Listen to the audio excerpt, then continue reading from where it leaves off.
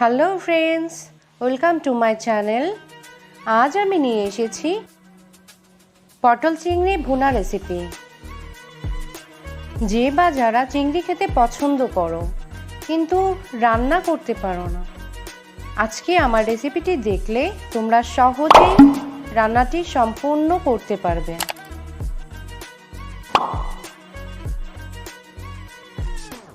এখানে আমি পটল ও একটি আলু ব্যবহার করেছি। তোমরা চাইলে পটল ও আলু সম্পূর্ণরূপে স্কিপ করতে পারো। তাহলে দেরি না করে চলে যাই, চলো রেসিপিটি তৈরি করতে। এখানে আমি 300 গ্রাম মতো চিংড়ি মাছ নিয়ে নিয়েছি, সাথে একটি আলু ও 2টি পটল নিয়েছি। চিংড়ি মাছগুলো ভালোভাবে কেটে ধুয়ে পরিষ্কার করে নিয়েছি। তোমরা চাইলে আমার মতো চিংড়ি মাছগুলো কেটে নিতে পারো।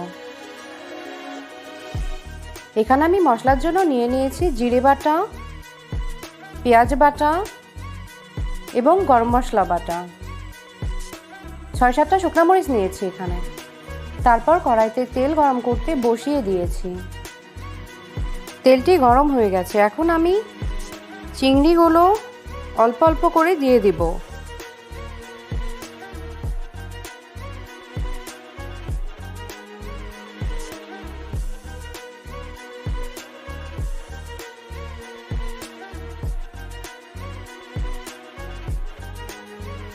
চিংড়ি মাছ তেলে ছাড়া হয়ে গেলে চিংড়ি মাছগুলো ভালোভাবে ভেজে নিতে হবে।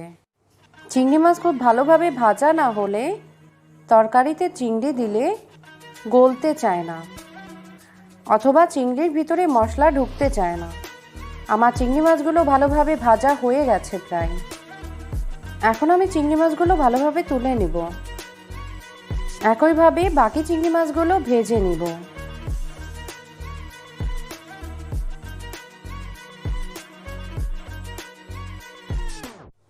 এ পর্যায়ে আমি রেখে দেওয়া পটল 2টি ও আলুগুলো ভালোভাবে ভেজে নেব। এখন আমি তেলে গোটা জিরে ও মশলাগুলো সবগুলো একসাথে করে তেলে দিয়ে দেব। গ্যাস মিডিয়াম টু লো ফ্লেমে রেখে মশলাগুলো যেন ধরে না যায় সেজন্য একটু জল দিয়ে দেব, সাথে একটু হলুদ ও পরিমাণ মতো লবণ দিয়ে দিব। এরপর একে একে ভেজে রাখা আলু ও চিংড়ি মাছগুলো দিয়ে দেব। এই পর্যায়ে চিংড়ি মাছগুলো ভালোভাবে কষিয়ে নিব। এখন পরিমাণ মতো জল দিয়ে ঢাকনাটি ঢেকে দেব। 2 কাপ মতো জল দিয়ে আমি 15 মিনিট মতো রান্না করে ফিরে এসেছি।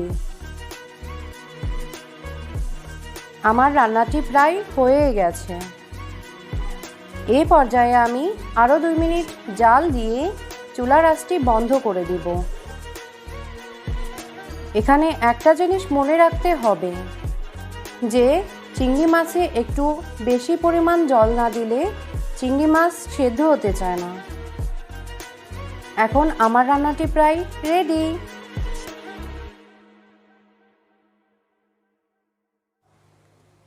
তৈরি হয়ে গেল অসাধারণ স্বাদের এই চিংড়ি পটল ভুনাটি। তোমরা রান্নাটি বাসায় একবার হলেও ট্রাই করতে পারো, আশা করি খুবই ভালো লাগবে।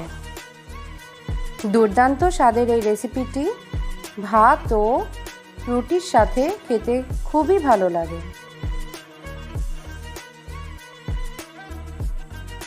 আমার আজকের রেসিপিটি যদি তোমাদের ভালো লেগে থাকে তাহলে অবশ্যই লাইক, কমেন্ট এবং শেয়ার করে পাশেই থেকো।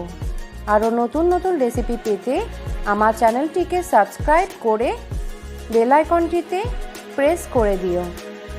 সবাই ভালো থেকো, ধন্যবাদ।